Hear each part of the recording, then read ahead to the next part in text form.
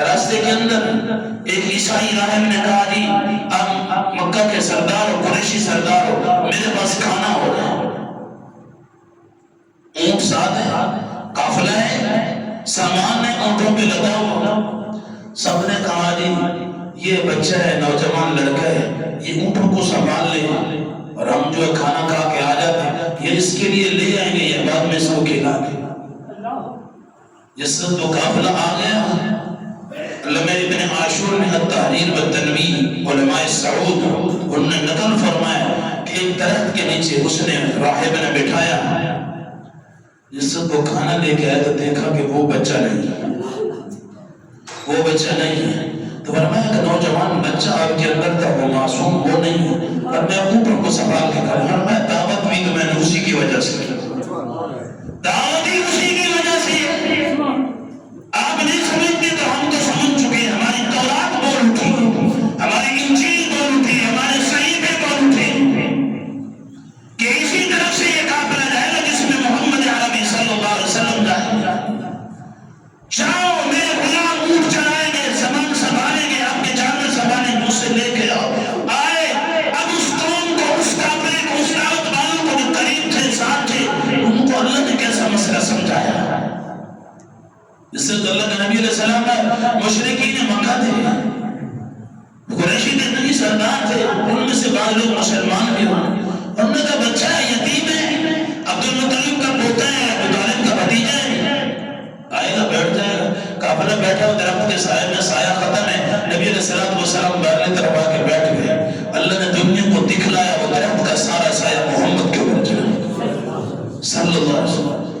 بحیرہ راہب نے کہا دنیا والوں یہ دیکھ لو، اس بچے کی وجہ سے تو میں نے دعوت کی ہے۔ اور اس نے ادھر ہی کہا کہ ابو طالب اس بھتیجے کو واپس لے کے چلا جا، مکہ واپس لے کے چلا جا، اس کو شام نہ لے کے جا، شام والوں نے کتابیں پڑھ رکھی ہیں، اسے قتل کر دے گا، اسے واپس لے کے چلا۔ یہ کون ہے؟ لَقَدْ جَاءَكُمْ رَسُولٌ مِّنْ أَنفُسِكُمْ عَزِيزٌ عَلَيْهِ مَا عَنِتُّمْ حَرِيصٌ عَلَيْكُمْ بِالْمُؤْمِنِينَ رَءُوفٌ رَحِيمٌ۔ یہ وہ نرم دل محمد رسول اللہ، یہ اللہ کی وحی بیان کرنے والے محمد رسول اللہ، اللہ کی الہ زبان نہ چلانے والے محمد رسول اللہ۔ وَالنَّجْمِ إِذَا هَوَىٰ مَا ضَلَّ صَاحِبُكُمْ وَمَا غَوَىٰ وَمَا يَنطِقُ عَنِ الْهَوَىٰ إِنْ هُوَ إِلَّا وَحْيٌ يُوحَىٰ۔ میرا نبی زبان بولے، مسئلے کے اندر زبان چلائے تو اللہ کی وحی کے ساتھ، اللہ کے حکم امر بجان کے ساتھ زبان چلائے۔ اپنی مرضی سے میرا نبی نہیں بول سکتا، شریعت میں مرضی کسی کی نہیں چلے گی، شریعت میں صرف مرضی چلے گی تو اللہ کی چلے گی۔ شریعت بنتی ہے آسمان کے پر، عرش مولا کے پر، زمین پہ میرے نبی کو بھی شریعت بنانے کی اجازت نہیں۔ شریعت بن کے آسمان سے آئی ہے، شریعت کو پہنچانے کے لیے، شریعت کو عام کرنے کے لیے، شریعت کا اعلان کرنے کے لیے، شریعت کا بیان بیان کرنے کے لیے اللہ نے محمد رسول اللہ صلی اللہ علیہ وسلم کو دنیا میں بھیج کے بتایا، او دنیا والوں یہ میرے نبی، یہ رسول، یہ پیغمبر، اس کی جو بات آ جائے، اس کی بات کے سامنے دنیا کی کتنی بڑی بھی شخصیت کو تمہارے نظر میں کھڑی ہو جائے، میرے نبی کی حدیث کے مقابلے میں کوئی نہیں آ سکتا، جو آئے گا وہ جہنم جائے گا۔ آج دنیا کے اندر ہم نے جرأت کی ہے نا، ہماری جرأت ہے، ہم حدیث کی مرضی، حدیث کو چھوڑ کے اپنی مرضی سامنے رکھتے ہیں۔ چند مثالیں میں دیتا ہوں۔ اللہ کے نبی علیہ السلام نے فرمایا، صحیح البخاری کے ہے، اللہ کے نبی علیہ السلام نے فرمایا اِذَا أُقِيمَتِ الصَّلَاةُ فَلَا صَلَاةَ إِلَّا الْمَكْتُوبَةَ، رواه البخاری۔ اللہ کے نبی نے فرمایا دنیا والوں جس وقت جماعت کھڑی ہو جائے، اِذَا أُقِيمَتِ الصَّلَاةُ، جماعت کھڑی ہو جائے، تکبیر کہنے والا، اقامت کہنے والا اقامت کہنا شروع ہو جائے، جماعت کے علاوہ باقی کوئی نماز نہیں۔ کس نے کہہ دیا یہ؟ اللہ کے نبی نے کہہ دیا، حدیث صحیح البخاری۔ نہیں جی نہیں، میری رائے کیا ہے جی؟ بندہ باہر نہیں، نماز پڑھا، جماعت اندر کھڑی، تو باہر نماز شروع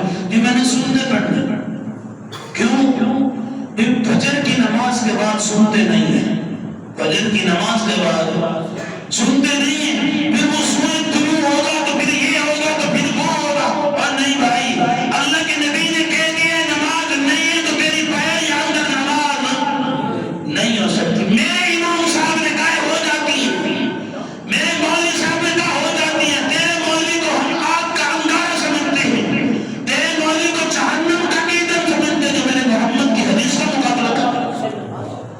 اللہ کے نبی علیہ السلام نے فرمایا نماز نہیں ہوتی اذا اقیمت الصلاۃ فلا صلاۃ الا المکتوبہ. جس وقت فرضی نماز کھڑی ہو جائے باقی کوئی نماز نہیں ہوگی.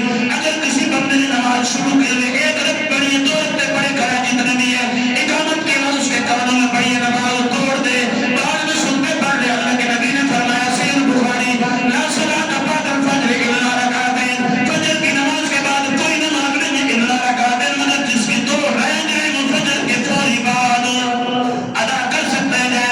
اللہ کے نبی علیہ الصلوۃ والسلام نے فرمایا جمعہ کا خطبہ دیتے ہوئے اللہ کے نبی نے فرمایا ایک ساتھ یہ ہے، اللہ کے نبی نے فرمایا قوم یا هذا الرجل صلی رکعتین، اور یہاں کھڑا ہو جا 2 رکعتیں پڑھ کے پھر خطبہ سننا.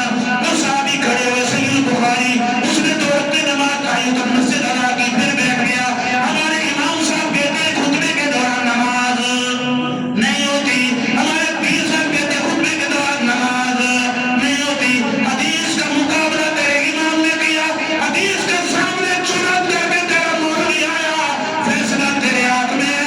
اللہ کا قرآن کہتے ہیں ما کان للمؤمن ولا مؤمنة اذا قضى الله ورسوله امرا ان يكون لهم الخيار ومن يعص الله ورسوله فقد ضل ضلالا مبينا. دنیا میں بھی ضلالت اور آخرت میں بھی ضلالت. اللہ کے رسول کے فیصلے کو نہیں مانا. اللہ کے نبی علیہ الصلوۃ والسلام نے فرمایا کوئی بندہ مغرب کی نماز سے پہلے جس وقت مسجد میں آ جائے، اذان کے فوری بعد جماعت کھڑی نہ کرو، 2 رکعتیں ادا کرو، تحیۃ المسجد 2 رکعتیں ادا کرو. نہیں مغرب کے بعد مغرب سے پہلے کوئی نماز نہیں ہوتی، کیونکہ ہمارے مولوی صاحب نے کہا ہمارے کتاب میں لکھا گیا، نبی کی حدیث کی مخالفت ہو گئی. اللہ کے نبی علیہ الصلوۃ والسلام نے فرمایا جمعہ خطبہ کتنے ہیں؟ 2 خطبے ہیں. اذان خطبوں سے پہلے ہم نے نہیں ماننا. کیوں؟ اللہ کے نبی کی حدیث کے ہم انکار کے عادی بن گئے، ہم نے نبی کی حدیث نہیں مانی. تقریر علیحدہ، 2 خطبے علیحدہ، کسی شریعت سے ثابت نہیں، محمد کی حدیث سے ثابت نہیں. تقریر کو خطبہ نہیں سمجھنا. بعد میں 2 خطبے دیے، حکم دیتے ہیں لوگوں کو جس نے سنتے پڑھنی ہے سنتے پڑھ لے محمد کی حدیث کے خلاف. بعد میں بیٹھ کے 2 خطبے، ایک بیٹھ کے دوسرا کھڑے ہو کے حدیث کے خلاف. اللہ کے نبی علیہ السلام نے فرمایا اور دنیا کائنات والے فلیحذر الذین یخالفون عن امرہ ان تصیبہم فتنہ او یصیبہم عذاب الیم. ڈر جاؤ ڈر جاؤ ڈر جاؤ، محمد کی حدیث کی مخالفت کرنے سے ڈر جاؤ. اللہ کی آزمائش بھی آ سکتی ہے، اللہ تجھے فتنے میں بھی ڈال سکتے ہیں اور جہنم کے دردناک عذاب میں بھی اللہ ڈال سکتا ہے. حدیث کی عزت، نبی کی ذات کی عزت کا دعویٰ کرنے والے تو بڑے ہیں.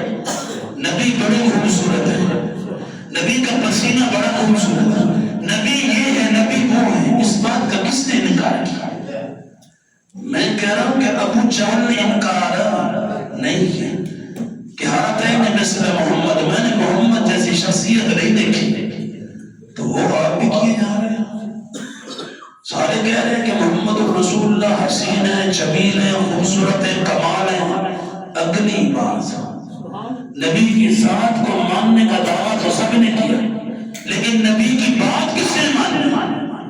نبی کی بات کی نسبت باری آئی پھر ادھر ادھر، پھر دائیں بائیں راستے نکل آئے.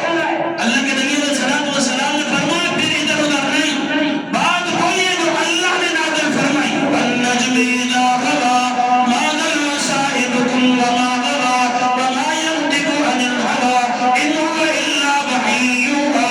میرا محمد اپنی مرضی سے شریعت میں نہیں بول سکتا. اللہ کہتے ہیں ہم وحی نازل کرتے ہیں تو تب محمد رسول اللہ آگے اعلان کرتے ہیں. اللہ کے نبی علیہ الصلوۃ والسلام نے آج تک مدینہ والوں کو بھی وحی علم نصیب فرمایا. کیا مسئلہ جی؟ مکہ اور مدینہ کے اندر توحید ہے نا؟ اللہ سب کو لے جائے، اللہ سب کو لے جائے مکہ مدینہ مجھ سمیت۔ ادھر توحید ہے، عمل سنت محمد رسول اللہ صلی اللہ علیہ وسلم کی۔ اب کچھ دن پہلے آپ نے وہ ایک نظم بنتی کی سنی ہے، وائرل ہوئی بھی نہیں ہے، سوشل میڈیا والوں نے سنی ہے کہ اللہ مکہ مدینہ کو وہابیوں سے چھڑا دے، ہمیں عطا کر دے، وہابیوں سے چھڑا دے۔ اللہ کے نبی علیہ السلام نے دعا کی ہے جناب یہ وہابیوں کے ہاتھ میں رہے گا۔ کیوں؟ وہابی کسے کہتے ہیں؟ محمد رسول اللہ کے متبع۔ ہمارا کوئی اپنا دین ہے؟ ہم تو یہی فریاد کر رہے ہیں، ہماری تو پنجابی کہتے ہیں ہماری تو یہی دعائی ہے، ہماری تو یہی ہمارے لوگوں کو اس کی بات مان بھائی، اس کو مان لو، یہی ہم کہہ رہے ہیں، یہی مکہ مدینہ والے کہہ رہے ہیں۔ اللہ کے نبی نے کیا کہا؟ اللہم لا تجعل قبری وثنا یعبد، بخاری شریف۔ اللہ کے نبی نے فرمایا اللہم لا تجعل قبری وثنا یعبد، اللہ میری قبر کو عبادت خانہ نہ بنا۔ یہ کس کی دعا ہے؟ نہیں میرے نبی کی، اللہ میری قبر کو سجدہ گاہ نہ بنانا، میری قبر کو عبادت خانہ نہ بنانا۔ اللہ کے نبی علیہ السلام فوت ہونے لگے، صحیح بخاری مسلم کے حدیث میں فرمایا لعن اللہ، لعن اللہ، اللہ نے فرمایا لعن اللہ الیہود والنصارى اتخذوا قبور انبیائهم مساجدا۔ اللہ یہودی اور عیسائیوں پہ لعنت بھیجے، ان لوگوں پہ بھی لعنت بھیجے جنہوں نے نبیوں کی قبر کو سجدہ گاہ بنا۔ اللہم لا تجعل قبری وثنا یعبد، اللہم لا تجعل قبری عیدا۔ میرے نبی کے حدیث بخاری شریف، اللہم لا تجعل قبری وثنا یعبد، اللہ میری قبر کو عبادت خانہ نہ بنانا، معبد خانہ نہ بنانا۔ اللہم لا تجعل قبری عیدا، اللہ میری قبر پہ میلہ نہ لگوانا۔ درباروں پہ میلے لگتے ہیں نا، میرے نبی نے پہلے دعا مانگا۔ اگر بالفرض یہ کہتے ہیں کہ اب ترکی نے چھین لینا ہے، حرم کو وہ لے جائیں گے، یہ لے جائیں، ہم پھر وہاں سردار بن رہے، اللہ کے نبی نے دعا کی وہاں سجدہ کر لینے تھی۔ یا تو کوئی نبی کی دعا کمزور ہے، یہ طاقتور ہے، یا پھر ماننا پڑے گا۔ یہ حسد پہ آپ نے رکھو، انشاءاللہ قیامت کے طلوع تک یہ اہل توحید کے پاس ہی رہے گا۔ مکہ اور مدینہ انہی کے پاس ہی رہے گا جو اہل توحید ہے۔ کیوں؟ انہوں نے یہ فیصلہ مانا ہے فَلَا وَرَبِّكَ لَا يُؤْمِنُونَ حَتَّىٰ يُحَكِّمُوكَ فِيمَا شَجَرَ بَيْنَهُمْ۔ قرآن سے بڑا تو کوئی بات بھی نہیں، حدیث سے بڑا تو کوئی بات بھی نہیں، ہم اپنی مرضی کا دین پیش ہی نہیں کرتے۔ یہی تو ہماری فریاد ہے، آؤ قرآن کی طرف آ جاؤ، محمد کی حدیث کی طرف صلی اللہ علیہ وسلم۔ ہر بندہ یہی دعویٰ کرتا ہے، پھر رخ اور طرف، عقیدے میں رخ کسی کا، عمل میں رخ کسی کا۔ عقیدے میں نہ تمہارے پاس رب کا قرآن ہے، عمل میں نہ تمہارے پاس محمد رسول اللہ کی سنت صلی اللہ علیہ وسلم۔ اللہ سب کو نصیب فرمائے، ہماری دعا ہے۔ لیکن بات یہ فَلَا وَرَبِّكَ لَا يُؤْمِنُونَ حَتَّىٰ يُحَكِّمُوكَ فِيمَا شَجَرَ بَيْنَهُمْ۔ اے ایمان والوں، اے مسلمانوں، اے دنیا والوں، سب کے لیے اطلاع کے اعلان ہے، اعلان عام اعلان ہے، نقرہ عموم پہ دلالت ہے۔ اے ایمان والوں، اگر تم بھی میرے نبی کی حدیث سے منہ پھیرو گے، میرے نبی کے فیصلے سے منہ پھیرو گے، میرے نبی کے فیصلے کے سامنے اپنا فیصلہ پیش کرو گے،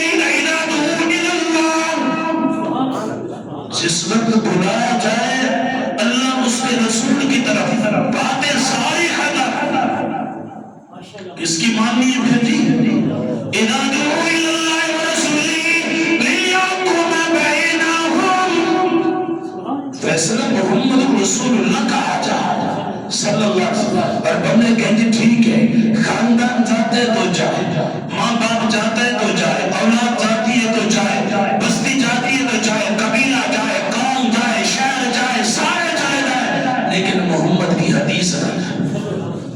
اس نے یہ بنا لیا اپنا ذہن، اپنا تصور، اپنا تخیل، اپنا عقیدہ. اللہ کہتے ہیں اولئک هم المفلحون، یہ لے جنت کا پروانہ اور جنت میں داخل ہوگا.